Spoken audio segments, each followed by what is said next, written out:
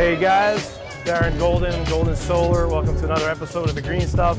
We're here today with volunteercleanup.org. Yep. And I'm here with Dara, who is the founder of the organization.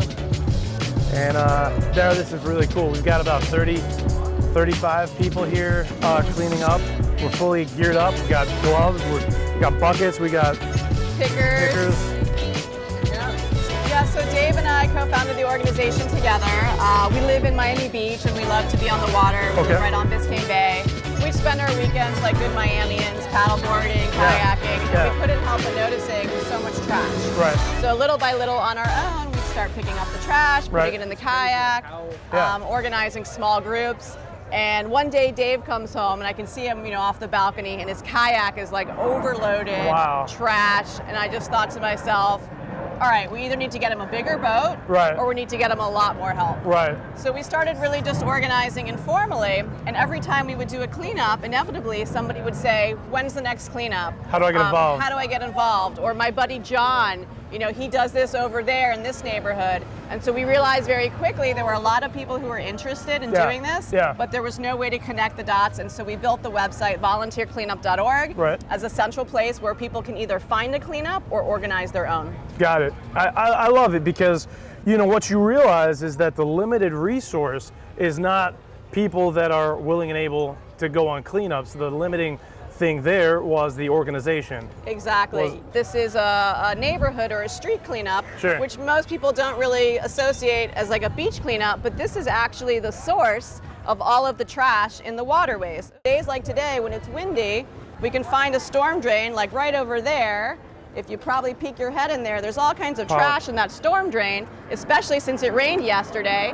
All that trash is going to wash out to the ocean. So what a lot of people don't realize is all of our bodies of water are connected. These lead to canals, which lead to the bay, which leads to the ocean. So the street trash here in Wynwood, even in Doral, in Hialeah, nowhere near the ocean, is responsible for 80% of the plastic that we find in the ocean. It's really designed to be fun, right? I mean, completely. You've got kayaking cleanups. People travel from all around the world to walk the streets of Wynwood and Miami Beach and the beaches. So this is something that people can do, and they're saying, hey, I'm doing good by cleaning up, but they're also enjoying the beautiful art of Wynwood and the beautiful beaches. People enjoy it. People inevitably, they want to give back. They want to feel like they're part of something. They want to meet like-minded people. And so we've created these experiences where people can do that. And also, start to get more involved in other environmental issues. Bottle caps are quickly becoming the top items found on shoreline and beach cleanups. When we started, I think maybe Sophie mentioned the statistic of how many pounds of garbage has been picked up thus far. Yeah. So we track that through our entire website, like the whole platform and the collective impact of Sophie plus all of the others. We have recently surpassed 250,000 pounds of marine debris and trash that we've removed. 250,000 pounds. Yeah, so we're about 275,000 pounds. Wow.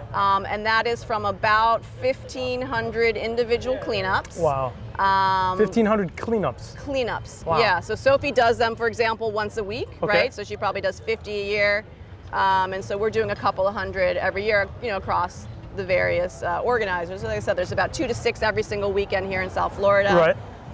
We add about 100,000 volunteer hours. So if we calculate all the people who show up and the time that they put in, and we've got about 15,000 active volunteers here in South Florida. 15,000 volunteers in South Florida. And our objective now that we've done that is to take the success that we've replicated in Miami and do that elsewhere. So really growing it statewide. I love the thought of, let's say you've got a volunteer and you've got friends of that volunteer that know that person volunteers. And they're just going to be much more conscientious with their garbage because they're going to think, if I throw this, somebody's going to have to pick it up. Yeah. Because they know the people that go out there and pick it up on their weekends. Sure. But like the real thing for us is that the cleanup is not the solution. Right. Because if you look at where the trash is coming from, every single time the tide rolls in, it's depositing more trash. So you can't really clean yourself out of this problem, but the act of cleaning it up becomes a very like a mindfulness activity Sure. where you more realize, like some people say, I didn't know this was a problem, right? I go to my beach, I just never stop to look.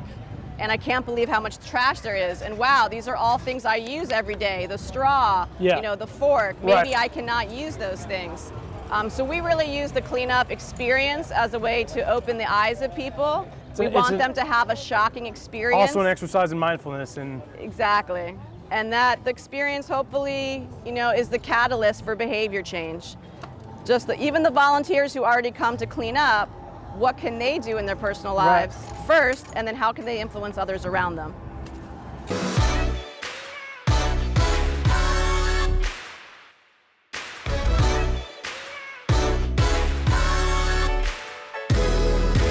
Hey guys, thanks so much for joining us today. Another episode of The Green Stuff, and we got to check out plastic-free Miami Beach cleanup. Today was in Wynwood edition.